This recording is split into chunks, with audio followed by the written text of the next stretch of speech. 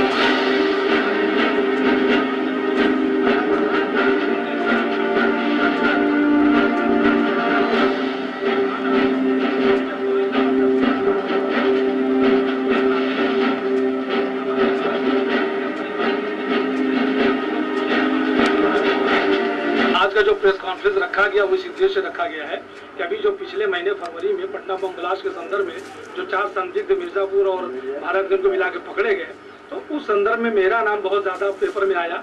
मिर्जापुर में तो कम आया, लेकिन बाहर के पूरे उत्तर प्रदेश के पेज पर एक समाचार पत्र में बहुत हाईलाइट करके कि एटीएस और एनआईए की जो है दोनों खुर्शीद को तलाश कर रही है। और इसमें ये कि आतंकवादी हैदर को हमारे किसी कार्यक्रम में सीडी बनी है, उसकी तलाश हो रही है। और तीसरी चीज ये रखी गई कि इनके जो है कि क्या नाम से जो है इनके कार्यक्रम में जो है मतलब आतंकवादी और आईएम का सरगना, इंडियन मुजाहिदीन सरगना, ऐसा था। तो ये सब जब मैं देखा तो मैं डर के मारे अपने घर से हट गया था और मेरा इतना खौफ, इतना ज्यादा डर का माहौल बना हुआ था। मेरे बीवी बच्चों सबके लिए बड़ी परेशानी हो गई थी, बाहर निकलना मुश्किल हो गया। एक मेरा छोटा भाई हो, उसे हमजा, जब वो बाहर निकला उसको कुछ लोगों ने आतंकवादी करके पीट भी दिया, जो 17 तारीख का मुरजादा में निकला भी है।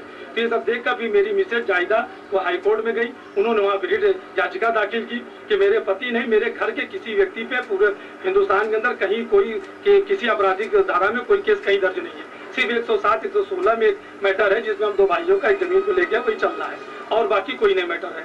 तो उस पर जो है और जो हमारी पूरी जो बयान था, हमारा बयान रिटर्न में पूरा हाईकोर्ट में सबमिट हुआ, छोटे भाई का बयान हाईकोर्ट में सबमिट हुआ और उसके बाद जो है अखबार की कटिंग सबमिट हुई। तो उसके बाद जाकर के माननीय तरुण अग्रवाल जी और माननीय राजन राय जी की खंडपीठ ने और हमारे सीनियर अधिवक्ता अल्हम्दुलिल्लाह एडवोकेट MS खान साहब ने उस पर दलीलें दी, बहस किया। तो हमें सुरक्षा का आदेश वो जो है यूपी स्टेट गवर्नमेंट को जो है आपके माननीय उच्च न्यायालय के द्वारा दिया गया।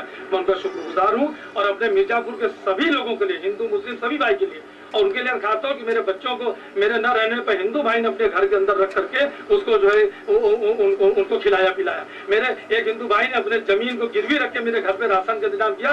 मैं तहे दिल से तेरा भाई नाम नहीं ले रहा हूँ, बहुत बहुत धन्यवाद, बहुत बहुत धन्यवाद। और जिंदगी है तो कभी तेरा एहसान उतारने के तो इंशाल्लाह तेरा भी एहसान उतारूंगा। और मेरे किसी से मुझे कोई शिकायत नहीं है, इसलिए कि अखबार में अभी मैं भी सुनूंगा किसी के खिलाफ, जबकि पूरे हिंदुस्तान में न मुझे कोई तलाश कर रही है, न मेरे खिलाफ कोई FIR है। और अगर कहीं किसी आतंकवादी की उससे अगर कोई संबंध मेरा कहीं निकल रहा हो, यूट्यूब पे खुर्शीद मोहम्मदी टाइप करके देख लीजिए, IRDC-mirzapur.com हमारी वेबसाइट है, देख लीजिए। कहीं आपको कोई सीडी ऐसी नहीं जिसकी तलाश हो मुझसे मांग लीजिए, मैं दे देता हूँ इंशाल्लाह ताला। कोई ऐसा तलाश आपको मिल गई है? हाँ, नहीं, सुरक्षा बस ये मिली कि SP साहब को बाई हैंड दिया गया, फिर उसके बाद बाई पोस्ट DM साहब को, SP साहब को मिनिस्ट्री सब भेजी गई। तो SP साहब ने आदेश किया, SHO साहब ने यहाँ करके मोहल्ले वालों को समझाया कि भाई देखिए ये आतंकवादी ऐसा कुछ नहीं है, हाईकोर्ट से आदेश है, अगर ये होंगे तब इनको पकड़ के ले जाएंगे। तो आप लोग कुछ नहीं, तो मोहल्ले वाले हमारे अल्हम्दुलिल्लाह कोई ऐसा कुछ नहीं बोल, मैं आया कोई कुछ नहीं बोल रहे। अभी देखिए सब लोग आए खड़े।